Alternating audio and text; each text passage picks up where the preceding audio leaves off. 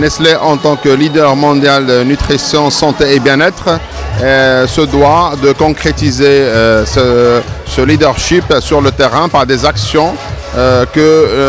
comme celui de ce petit déjeuner de ce matin, qui permet aux familles, aux médias, ou à tous nos partenaires d'être présents autour d'un petit déjeuner et connaître l'importance scientifique de petit déjeuner, surtout pour les enfants. Le Maroc est en pleine transition démographique et épidémiologique, c'est-à-dire la population a énormément changé sur le plan démographique et sur le plan de la prévalence des maladies. Avant, on avait des problèmes de dénutrition, de malnutrition. Aujourd'hui, notre problème qu'on a, c'est beaucoup plus des problèmes de surpoids, puisqu'aujourd'hui au Maroc, c'est 32% de la population adulte. Et malheureusement, en matière d'obésité, on est quasiment à 18%. Ce qui est énorme, ce qui montre que la tendance nutritionnelle a complètement changé au Maroc, mais également le mode de vie. Le stress, on ne prend plus le temps de manger, on mange trop vite, on mange mal. Et donc ça a fait en sorte que malheureusement, on a de plus en plus de maladies chroniques qui sont liées à notre mode de vie qui n'est plus un mode de vie sain. On ne fait plus d'exercice physique et on ne mange pas correctement, ce qui fait qu'aujourd'hui, on se retrouve dans une situation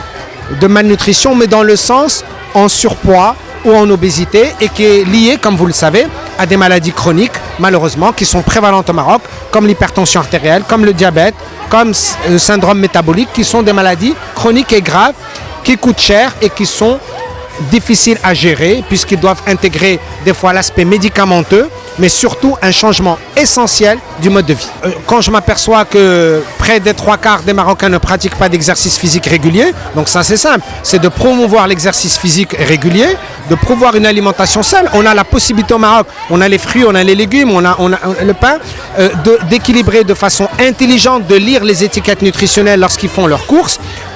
Au marché, on n'a pas besoin de lire l'étiquette nutritionnelle, mais les fruits et les légumes sont disponibles, de bien les savoir les cuire, de ne pas trop les cuire, de ne pas mettre trop d'huile, de choisir la bonne huile, bien entendu, de choisir le bon mélange et surtout de bien équilibrer entre les 3 repas dans la journée, le petit déjeuner, le déjeuner et le dîner, ne pas sauter de repas, ne pas manger vite, ne pas manger en face donc de la télévision et de mieux gérer le stress, c'est-à-dire dans le sens de prendre le temps de mâcher, de prendre le temps de mastiquer, de prendre le temps de manger, parce que c'est un moment également de famille ou entre amis et ça permet aux gens de se socialiser. Donc c'est réellement donc essentiel. Mais adjoint à ça, on ne peut pas avoir un mode de vie sain si on ne pratique pas d'activité physique. Nous ne sommes pas obligés de s'inscrire dans une salle de sport et de payer beaucoup d'argent. Nous pouvons marcher, nous pouvons utiliser par exemple les escaliers plutôt que l'ascenseur. Nous pouvons, lorsqu'on emmène notre enfant à l'école, de stationner la voiture à 300 mètres et de l'accompagner donc à pied. Il y a un certain nombre de gestes basiques